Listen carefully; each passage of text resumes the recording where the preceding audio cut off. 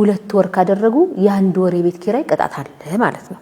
ውላቸውን ሳያድሱ ውላቸው ኤክስፓየርድ አድርጎ ግን ደግሞ አከራዩም ተከራዩም አብረው ኖረው እድሳት ሳይፈጽሙ 2 ወር ካደረጉ የአንድ ወር የቤት ኪራይ ቅጣት አለ ማለት ነው። ሰላም ሁሌም የምንወዳችሁና የምናከብራችሁ ከሀገር ውስጥ እስከ ባህር ማዶ የምትገኙ ውድ የግሎባል ኒውስ ቤተሰቦቻችን እንደምናላችሁልን፣ ዛሬም እንደተለመደው ወቅታዊ የሆነውን የቤት ኪራይ ዋጋ ጉዳይን በተመለከተ እንግዲህ የተሰሙ አዳዲስ መረጃዎች አሉ። እሱን በተመለከተ በርካታ መረጃዎችን አሰባስበናል። እንደሚታወቀው እንግዲህ የከተማ አስተዳደሩ የ2019 በጀት ዓመት የቤት ኪራይ ዓመታዊ ተመን 11.5 በመቶ ሆኖ መወሰኑም የሚታወስ ነው። ይህንን ተከትሎ ታዲያ ዛሬ በወጣ መረጃ ከተቀመጠው ተመን በላይ ጭማሪ ማድረግ እንግዲህ በጥብቅ የተከለከለ ነው፣ ህጋዊ ተጠያቂነትንም ያስከትላል እየተባለን የሚገኘው። ስለዚህ ጉዳይ እንግዲህ መረጃዎችን በስፋት አሰባስበናል።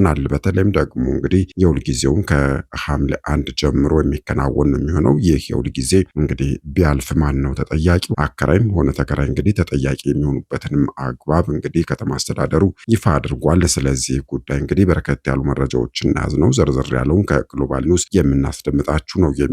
የተከበራቸው የግሎባል ኒውስ ተከታታዮቻችን ከዚሁ ጋር ተያይዞም እንግዲህ የ11.5 ጭማሬ አነስተኛ ይመስላል እንጂ በዓለም አቀፍ ደረጃ ሲታይ ግን እጅግ ከፍተኛ ጭማሪ ነው የተደረገው ሲልም እንግዲህ የኢትዮጵያ ሸማቾች መብት ተቆርቋሪ ድርጅትም ተናግሯል።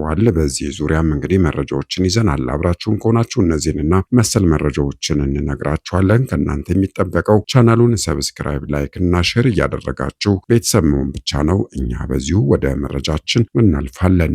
ወርሃ ሰኔ ተጠናቆ የሐምሌ ወር መባቻ ላይ ነው የምንገኘው። ታዲያ በዚህ ወቅት እንግዲህ ሁሉም የቤት ኪራይ ጉዳይ ሳያሳስበው አልቀረም። በየስራ ቦታ፣ በየትራንስፖርት ላይ እንደዚሁም ደግሞ በተለያዩ ማህበራዊ ጉዳዮች መከወኛ ስፍራዎች ላይ ወሬው ሁሉ እንግዲህ ስለ ቤት ኪራይ ጉዳይ ከሆነ እንግዲህ ሰነባብቷል። ለዚህ ደግሞ የተለያዩ ምክንያቶች ሊኖሩ ይችላሉ። በየ2 ዓመቱ የሚታደሰው የአከራይ ተከራይ ውልን መንግስት ይፋ ማድረጉ ግን በትልቁ የሚጠቀስ ነው። ከ11.5 በመቶ የኪራይ ዋጋ ማሻሻያ፣ የአከራዮች የተጋነነ የኪራይ ዋጋ ጭማሪና ከቤት ይውጣልኝ የመሳሰሉት በርካቶች ናቸው። ይህንን እንደ ምክንያት የሚጠቅሱም እንግዲህ በብዙዎቻችን ዘንድ በብዛት የሚነሳው የመኖሪያ ቤት ኪራይ ጣሪያ መድረሱ ሊሆን ይችላል። ይሁን እንጂ የ2 ዓመቱን ውል መጠናቀቅ ተከትሎም እንግዲህ በሞሎች፣ በጋራ መኖሪያ ቤቶች ስር ያሉ እንግዲህ ሱቆችን ቀድመው የገዙ የሚያከራዩበት ዋጋ እንግዲህ ለመስማት የሚዘገንን ሆኗል እየተባለም ነው የሚገኘው። መንግስት እንግዲህ እንደነዚህ አይነት ጥያቄዎችን፣ ቅሬታዎችንና ኢፍትሐዊነትንም ለመከላከል ያስችለኛል ያለውን አዲስ ህግ አውጥቶ ከሐምሌ 1 ጀምሮ ተግባራዊ እንዲደረግ አዟል ማለት ነው። በቀጣይ 2 ዓመታትም እንግዲህ በአከራይና በተከራይ መካከል የሚደረገው የዋጋ ጭማሪ 11.5 በመቶ ብቻ ይሆናል ማለት ነው። ወረዳዎች፣ ክፍለ ከተሞችና በየቦታው የሚገኙ የመሶብ አንድ ማዕከላት ሁሉ እንግዲህ ሁለተኛውን የውል ዘመን ለማራዘም ዝግጅታቸውን አጠናቀው አከራዮችንና የተከራዮችን መምጣት እንግዲህ በጉጉት እየተጠባበቁ እንደሚገኙም ነው ከተማ አስተዳደሩ ያሳወቀው ማለት ነው። እንደሚታወቀው ይህንን ጉዳይ እንግዲህ በተመለከተም የከተማ አስተዳደሩ ቤቶች ልማት አስተዳደር ቢሮ እንግዲህ ከሚመለከታቸው አካላት ጋር በመወያየትና ሳይንሳዊ የሆነ ጥናት አድርጌ ነው ብሏል። እንግዲህ ይህንን የ11.5 በመቶ ጭማሪ ያደረኩት ሲልም ነው የተናገረው። ጥናቱ እንግዲህ በከተማዋ ላይ ከፍተኛ ኢኮኖሚያዊ፣ ማህበራዊና ፖለቲካዊ ፋይዳዎች እንዳሉትም ገለጻ አድርጓል።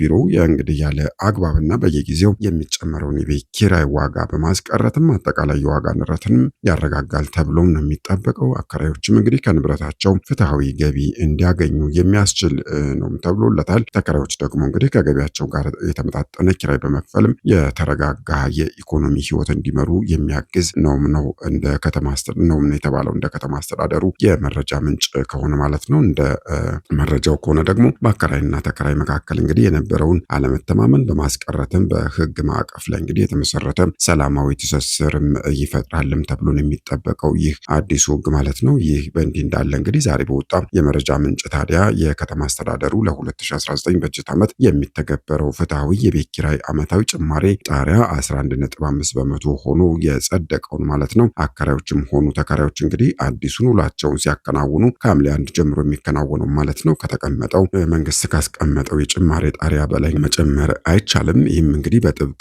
የተከለከለ ነው ሲልም ነው የገለጸው። እንደ ወይዘሮ ቅድስት ወልደ ጊዮርጊስ እንዳሳወቁት ከሆነ እንግዲህ የውል እድሳቱ አከራይንም ሆነ ተከራይን ተጠቃሚ የሚያደርግና ህገወጥ የዋጋ ጭማሬንም የሚገታ ነው ብለውታል። ይህንን ጭማሪ ማለት ነው ቢሮው እንግዲህ ለውል እድሳቱ ሙሉ ዝግጅቱን ማጠናቀቁንና የአተገባበር ሂደቱን በመከታተል አዋጁን ተፈጻሚ ለማድረግም በጥብቅ እንደሚሰራም አረጋግጠዋል ማለት ነው። ከህጋዊ አሰራር ውጭ የሚደረጉ የመንደር ውሎች ፈጽሞ የተከለከሉ መሆናቸውንና ከተቀመጠው ህጋዊ ተመን ውጭ ደግሞ የሚከፍሉ አከራዮች በህግ ተጠያቂ እንደሚሆኑም ኃላፊዋ አሳስበዋል ማለት ነው። ህጉን በሚተላለፉና ውላቸውን እንግዲህ በሚያድሱ አካላት ላይ ቅጣት እንደሚጣልም ገልጿል።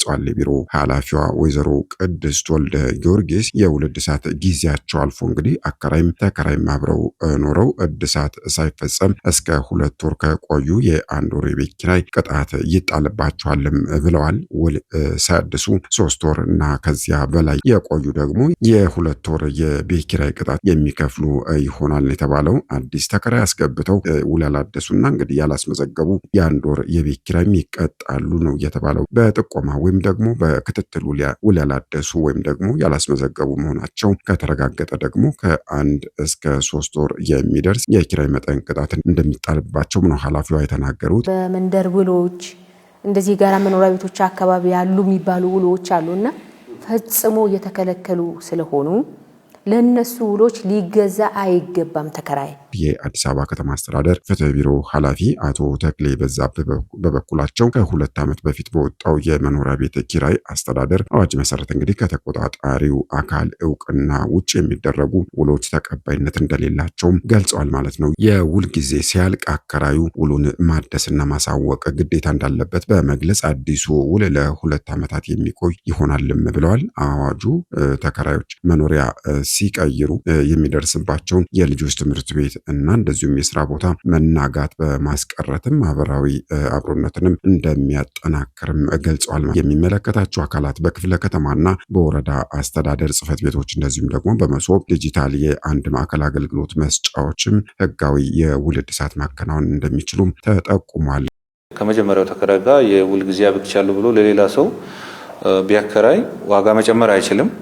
ወይንም ደግሞ ያከራየው ሳያሳውቅ ቢቆይ የቀድሞ ያገኘ የነበረውን የቤት ኪራይ ለመንግስት ይከፍላል። ነገሩ እንዲሆኑ ሳለ ታዲያ በሁለተኛው የውል ዘመን የተደረገው የ11.5 የኪራይ ማሻሻያ ጭማሪ እንግዲህ አነስተኛ ይመስላል። በዓለም አቀፍ ደረጃ እንግዲህ ሲታይ ግን እጅግ ከፍተኛ ነው ሲል ነው እንግዲህ ኢትዮጵያ ሸማቾች መብት ተቆርቋሪ ድርጅት ያሳወቀው። ሞሎች፣ የጋራ መኖሪያ ቤቶች ስር ያሉ ሱቆች ቀድመው የገዙ የሚያከራዩበት ዋጋ እንግዲህ ለመስማት የሚዘገንን ጭማሪ እያደረጉም ነው። የአዲስ አበባ ከተማ አስተዳደር ቤቶች ልማት አስተዳደር ቢሮ ያደረገው የ11.5 በመቶ የመኖሪያ ቤት ኪራይ ጭማሪ እጅግ ከፍተኛ ነው። አብዛኛው ተከራይ ከፍተኛ ጭማሪ ከተደረገበት እና ከተፈናቀለ በኋላ ይፋ የተደረገ በመሆኑ የዘገየ ውሳኔ ሲልም ነው ድርጅቱ የገለጸው። የድርጅቱ መስራችና ዋና ዳይሬክተር አቶ ቆምላቸው አበበ 11.5 በመቶ የሚለው ጭማሪ ከኛ ሀገር የዋጋ ግሽበት አንጻር እንግዲህ ተመጣጣኝ አይደለም፣ ከሌሎች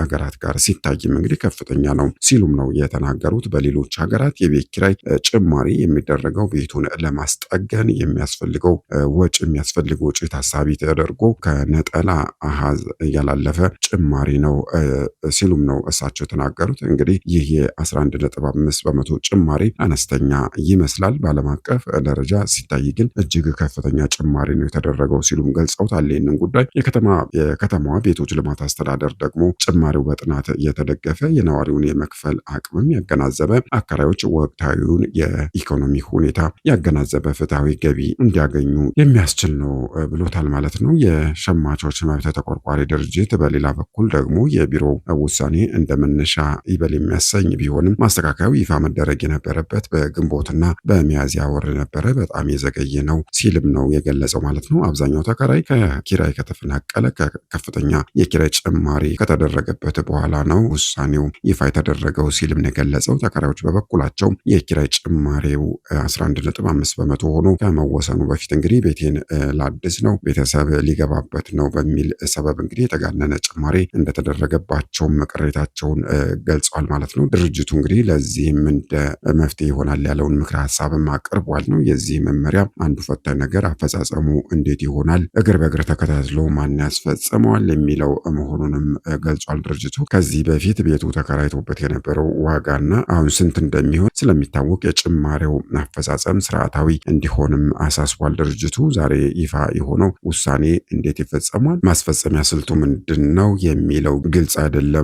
ቤቶች ልማት ባደረገው ከህዝብ ጋር ባደረገው ውይይት እንግዲህ ድርጅቱ ተሳትፎ እንዳላደረገም ተገልጿል ማለት ነው። እንዲህ አይነት ጥናቶች ሲደረጉ እንግዲህ እንደኛ አይነት የሸማቾች መብት ተቆርቋሪ ድርጅቶች ተከራዩንና አከራዩን በግልጽ ማወያየትም ይገባል ሲልም ነው ድርጅቱ ያሳሰበው። ጉዳዩ እንግዲህ በአከራዮችና ተከራዮች መካከል ጭቅጭቅ እንዳያስከትልም አፈጻጸሙ ለወረዳ ብቻ ሳይተው የበላይ የመንግስት አካል መካተት እንደሚገባውም ተገልጿል ማለት ነው። ከ50 እስከ 100% ኪራይ ጭማሪ እንደተደረገ በተለይም ደግሞ በጋራ መኖሪያ ቤቶች የባለ አንድ መኝታ ቤት ከ9 እና 10 ሺህ ተነስቶ እስከ 22 ሺህ ብር እንደደረሰ 15 እና 16 ሺህ ብር ሲከራይ የነበረ ባለ ሁለት መኝታ ቤት ደግሞ 28 እና 30 ሺህ ብር መከራየትና መጠራት እንደጀመረ ከዚህ ቀደም ሲገለጽ ነበረ።